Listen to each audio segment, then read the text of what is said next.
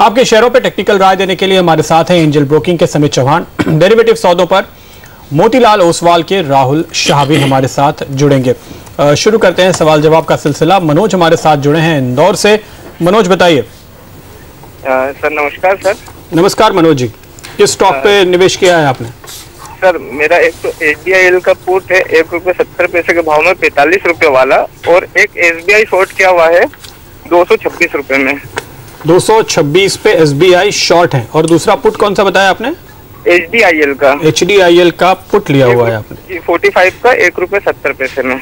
Okay, 45 वाला है ₹1.70 में। तो फिलहाल अगर हम देखें HDIL का स्टॉक तो उससे काफी ऊपर है, पर आपने जहां लिया उसके बाद इस पुट में क्या मूवमेंट हुई है उस पर हम नजर डालने की कोशिश करेंगे। लेकिन HDIL और SBI, इन दो स्टॉक्स पे समित आप कॉल क्या देंगे? इन्हें दोनों पे ये मंदी में है, क्या वो मंदी की पोजीशन अभी होल्ड की जा सकती है? देखिए, HDIL की बात करें तो इसका एक कैश में अगर मैं बात करूं तो 55-56 का स्ट्रॉन्ग सपोर्ट है, उसके आसपास ये लास्ट 10 दिनों से ट्रेड हो रहा था। आज इसने इंट्राडे बेसिस पे ये ब्रेक किए हुए, तो आज अगर इनको एक बार देखना पड़ेगा, अगर क्लोजिंग 56-55 के नीचे आता है तो डेफिनेटली अगर इन्होंने पुट लिया तो इसमें वो बने रह सकते हैं। नीचे ये स्टॉक में फिर नेक्स्ट सपोर्ट आप देख सकते हो अराउंड 50-49 के आसपास है, तो डेफिनेटली अगर ये 55 के नीचे क्लोजिंग देता है तो ये इसमें बने रह सकते हैं। और दूसरा इन्होंने जैसे SBI बताया, SBI में मेरे ख्याल से अगर उन्होंने अभी शॉर्ट किया है तो वो थोड़ी काफी लोअर लेवल्स पे उन्होंने शॉर्ट किया हुआ है। ऑलरेडी हमने 250 के आसपास इसमें एक शॉर्ट रिकमेंडेशन दिया हुआ था 228 के टारगेट से, वो ऑलरेडी आ गया। यहाँ पे अभी इंपॉर्टेंट होगा, अगर ब्रॉडर मार्केट में और मंदी रही तो ही फिर यस इसमें भी वीकनेस रह सकता है। ट्रेंड काफी निगेटिव है, तो मैं यही बोलूंगा आज के हाई का जो आज का हाई है 232 का, वो एक स्टॉप लॉस मान के इसमें बने रह सकते हैं ये। मनोज जी, शॉर्ट करने में थोड़ा लेट हो गए, 650 पॉइंट ऑलरेडी नीचे है। इन लेवल्स पर आप शॉर्ट कर रहे हैं। हफ्ते का आखिरी दिन सोमवार को, जरूरी नहीं कि नीचे ही खुले बाजार, ऊपर भी खुल सकते, तो थोड़ा ऊपर या तो इंतजार करें बाउंस बैक का आज या सोमवार को। लेकिन HDIL के पुट में इन्होंने पैसे डबल कर लिए। हाँ, तो पैसा जहाँ बन रहा है वहाँ पर तो अच्छी बात है ही, इसमें कोई डाउट नहीं। लेकिन SBI के कॉल, ऐसा नहीं कि आपके SBI के शॉर्ट में पैसे नहीं बन सकते, लेकिन सावधान रहें क्योंकि आप लोअर लेवल पर कर रहे हैं। चलिए अगले दर्शक है हमारे साथ बरेली उत्तर प्रदेश से BS गंगवार साहब में फोन लाइन पर इस वक्त। पूछे गंगवार साहब, क्या है आपका सवाल? सर 95 में IPO में 95 रुपीज में, हाँ, एक IPO आया था सिप्ला मेडिकल का सर। हाँ बिल्कुल 95 में तो उसका 200 शेयर लिए थे IPO में 2000 रुपए के सर। हाँ। तो आज वो शेयर बढ़ के 1500 हुए हैं, और मैं उस बारे में क्या करूँगा? वो निकालूँ या अभी होल्ड करूँ? देखिए, अगर आप लॉन्ग टर्म इन्वेस्टर हैं, होल्ड कर सकते हैं या निकालने की सोचेंगे? पहले तो ये बताइए। नहीं सर, मैं होल्ड करता हूँ, मैं लॉन्ग टर्म इन्वेस्टर हूँ सर। तो क्यों निकालने की सोच रहे हैं फिर आप? सर मैं देख रहा हूँ कि ये 900 के ऊपर पहुंच गया है, पता नहीं और जाए नहीं जाए, इसी में पता नहीं। आप जैसे लॉन्ग टर्म इन्वेस्टर अगर इस बाजार में कमजोर होने के बाद निकालने की सोचेंगे तो कैसे चलेगा? इस वक्त तो आपको खरीदने की सोचनी चाहिए सर। मैं इसी राय चलिए राय देते हैं हमारे एक्सपर्ट से। वैसे तो फंडामेंटली ये कह दूं कि कंपनी काफी अच्छी है, और फार्मा कंपनी है, बढ़िया कंपनी, बहुत अच्छी ग्रोथ हुई है अब तक। लेकिन टेक्निकल राय ले लेते हैं यहाँ पर समित। लॉन्ग टर्म चार्ट्स में कहीं कोई डिस्टर्बेंस के संकेत हैं क्या? इन्हें बेचकर निकल जाना चाहिए क्योंकि इनकी कॉस्ट तो लगभग नहीं के बराबर है।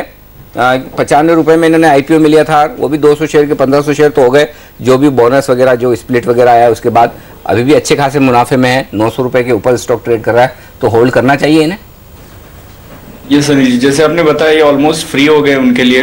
देखिए ऐसे इसमें डरने से अच्छा मेरे ख्याल से अगर उनको एक प्रोटेक्टिव स्टॉप लॉस अगर ये फॉलो करना चाहते तो कर सकते हैं। चार्ट वाइज ऐसे कोई मेजर नेगेटिव का सिग्नल नहीं दिख रहा है।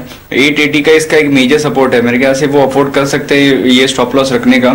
तो 880 के अगर नीचे जाता है तो ही इसमें एक अच्छा खासा करेक्शन हम देख सकते हैं, अदरवाइज ये बने रह सकते हैं। अगर हम इसकी ट्रेंड भी देखें तो वो ऊपर की तरफ ही है, रिसेंटली करेक्शन आया है, बट अराउंड 900 इसका स्ट्रॉन्ग सपोर्ट है, तो मेरे ख्याल से 880 के स्टॉप लॉस से ये बने रह सकते हैं। गंगवार साहब, आप जैसे इन्वेस्टर्स के लिए जो लंबे समय के लिए सही वक्त पर निवेश करते हैं, उनके लिए एक बाजार के दिग्गज की राय मैं आपको सुनवा देता हूं।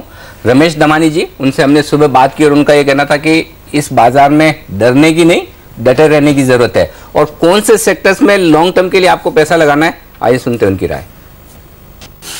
मुझे लग रहा है कि पुराना बॉटम टेस्ट कर रहा है। काफ़ी बार टेक्निकली हमने देखा कि एक बॉटम टेस्ट करता है मार्केट बिफोर राइजेस, तो मार्केट यहाँ रुक जाना चाहिए मेरे हिसाब से 25,200 सेंसेक्स के आजू बाजू। 25,000 समझ लीजिए, उसके नीचे नहीं जाना चाहिए।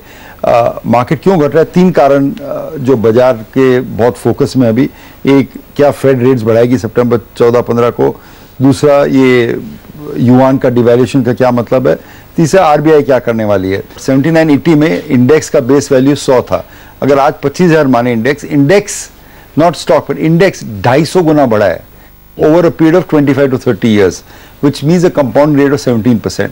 लॉन्ग टर्म में और जैसे ऐसे एनवायरनमेंट है, that compounding rate should continue. आप मेरे को नहीं पूछ सकते कि भाई 3 महीने में आपने बोला था 17% तो 5% बढ़ना चाहिए, may be it won't, but long term जो CAGR है सेंसेक्स का, इट्स एट 17%। सामने लिखा था for example in the headline of the paper that so many thousand crores of inventory lying in housing shares not sold out there. ठीक है, so that is the headline which is scaring people and everyone saying that real estate is going to collapse. On the third page in the same paper there is a story saying that GIC is putting money into a listed company in India, which I consider smart money. So smart money is still investing in real estate.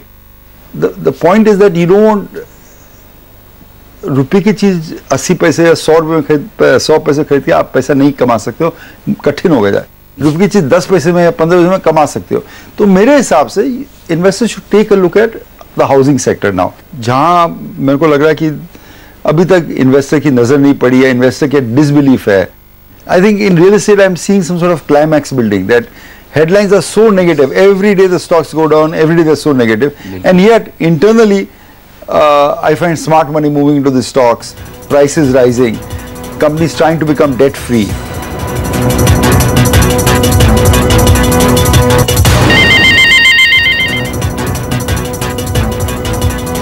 बाजार 600 अंक नीचे, Sensex पर और Nifty पर नुकसान 185 अंकों का। दर्शक है हमारे साथ जो अपने आखिरी ट्रेड के पहले जानना चाहते हैं कि क्या होल्ड की जाए पोजीशन को, निकल जाए, बाजार कैसे ट्रेड करेगा बचे हुए समय में। रजनीश जी जुड़ रहे हैं हमारे साथ, अगले दर्शक दिल्ली से। पूछिए रजनीश जी, क्या पूछना चाहते हैं इस वक्त आप? सर मैंने सुबह एक ट्रेड किया था निफ्टी का। क्या किया निफ्टी में?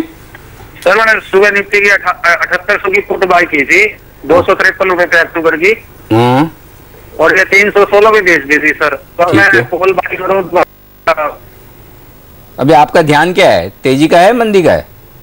सर ध्यान तो मेरा, रुझान तो मेरा नीचे की हो रही है सर। तो आप वापस पुट खरीदे या नहीं खरीदे ये जानना चाहते हैं, और खरीदे तो कौन सा खरीदे, बराबर? हाँ जी सर। चलो ठीक है। राहुल आप बताइए, रजनीश जी के लिए क्या निफ्टी का पुट खरीदना सही है इस वक्त जब निफ्टी 7,835 के 7,635 के आसपास ट्रेड कर रहा है, और यदि हाँ तो फिर ये बताइए कौन सा पुट खरीदना चाहिए इन्हें?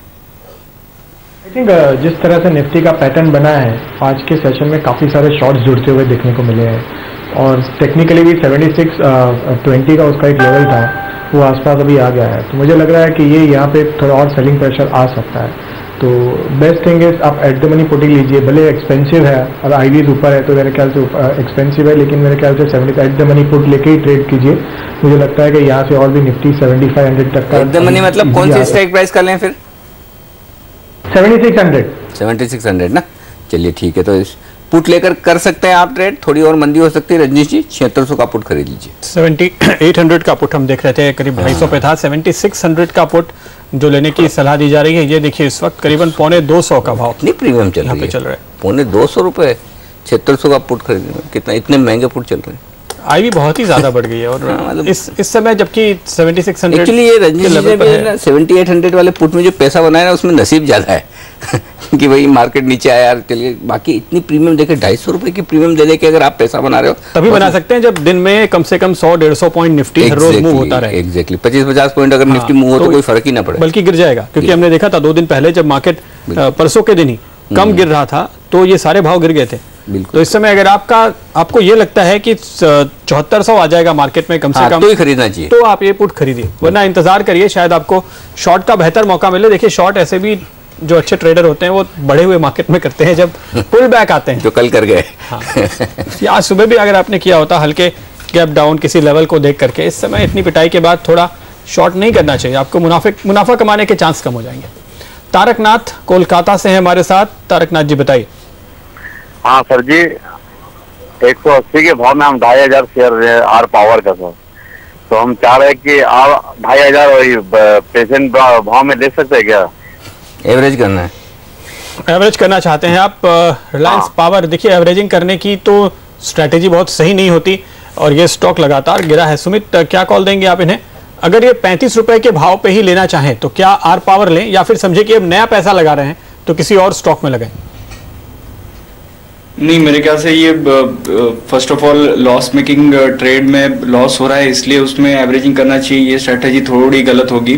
तो इसमें आर पावर का अगर ट्रेंड वाइज भी देखें तो ट्रेंड में कोई भी ऐसे स्ट्रेंथ नहीं दिख रहा है, तो मैं इसमें तो एवरेज करने की सलाह नहीं दूंगा। और अगर इनको फ्रेश बाय भी करना है तो मेरे ख्याल से थोड़ा रुक जाइए। आपको एक लार्ज कैप स्टॉक्स में आप थोड़ा, अगर निफ्टी यहाँ से 7500 7400 तक आता है तो एक स्टैगर्ड मैनर में बाइंग कीजिए, रादर देन एक पर्टिकुलर लेवल पे बाय करने से अच्छा। तो मुद्दे की बात यहाँ पर यह है कि आप जो नया पैसा लगा रहे हैं वो आपका नया इन्वेस्टमेंट है, ये समझ के कीजिए। जो स्टॉक आपके पास है उसी में लगाएं, ऐसा जरूरी नहीं। जब फ्रेश पैसा ही लगाना है तो पूरे ऑप्शन खुले रखिए, कहीं और लगाइए। एक तरह से मार्केट की मूवमेंट में आपको अच्छे लेवल पर किसी अच्छे शेयर में एंट्री मिले तो वहां आपके नुकसान की भरपाई हो जाएगी। बिल्कुल, तो यानी कि एवरेज ना करें, इंतजार करें या बेहतर स्टॉक में पैसा लगाएं। चलिए लेते एक छोटा सा ब्रेक और ब्रेक के बाद लौटेंगे। कुछ और दर्शक हमारे साथ हैं इस वक्त, उनके सवाल हमें लेने, तो थोड़ी देर में आ रहे हैं, बने रहिए हमारे साथ।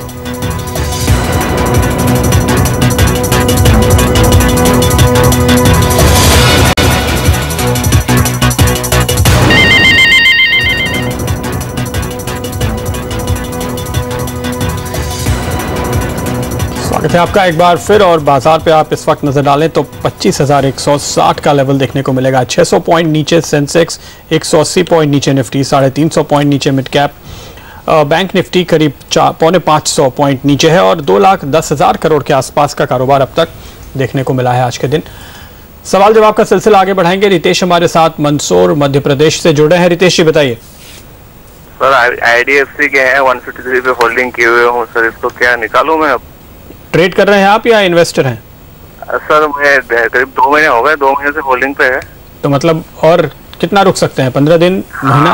या इसको रुक सकता हूँ क्या मैं निचले स्तर पे और इसको ऐड करूँ कुछ?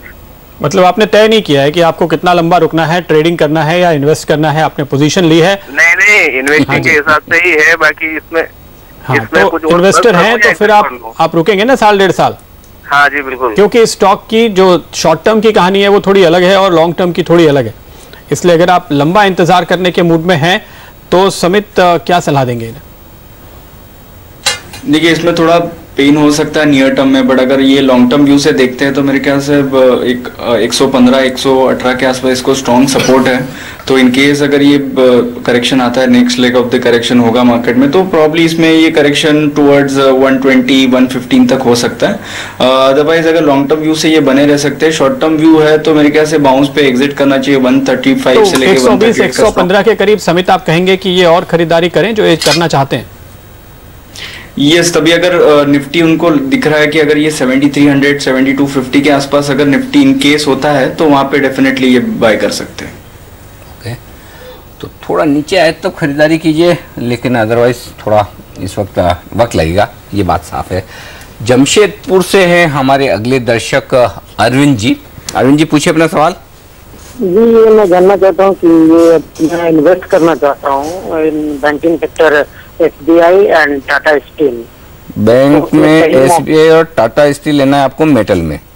हाँ, मेटल में। तो ये सही मौका है कि और लोअर आई कैन सी? अच्छा, तो ये बताइए कि आपने यही दोनों शेयर क्यों चुने? ये I am new investor, I just मैंने ये हमको अच्छे मैंने सबसे जानी मानी कंपनी है जानी, और बहुत गिर गई इसलिए, राइट? और सस्ते मिल रहे हैं स्टॉक। चलिए ठीक है, आपके लिए राय लेते हैं। वैसे ये बात तो सही कि पिटे हुए काफी हैं, गिरे हुए काफी हैं, अच्छी स्ट्रैटेजी, रणनीति भी सही है। लेकिन एक चीज तो पहले बता दें कि आपको लॉन्ग टर्म के हिसाब से पैसा लगाना, ये ध्यान जरूर रखिएगा। अब साल भर के हिसाब से, थोड़े लॉन्ग टर्म चार्ट्स के हिसाब से ये बताएं समित की पहली बात तो क्या SBI और टाटा स्टील लेना चाहिए, और यदि लेना चाहिए तो फिर इनको किस भाव पे एंटर करना चाहिए, इन दोनों शेयरों में कब खरीदना चाहिए? देखिए, मेरे ख्याल से अगर ये लॉन्ग टर्म इन्वेस्टमेंट देख रहे हैं तो एक प्रिसाइज लेवल इनके लिए कैच नहीं हो पाएगी, तो इनको एक डिसाइड करना, ये रेंज से वो एक्यूमुलेट करना स्टार्ट कर सकते हैं। अगर SBI की बात करें तो यस, यहाँ करंट लेवल से इसमें थोड़ा एक करेक्शन आ सकता है। नीचे के लेवल पे 210 से लेके 205 का स्ट्रॉन्ग सपोर्ट है। तो मेरे ख्याल से अगर यहाँ से और SBI अगर 4-5% गिरता है तो वहां से इनको एक स्टैगर्ड मैनर में बाइंग करना चाहिए। प्रॉब्ली एक रेंज वो मान के चल सकते हैं 210, 212 से लेके 205, ये रेंज में वो एक्यूमुलेट कर सकते हैं SBI को। और टाटा स्टील?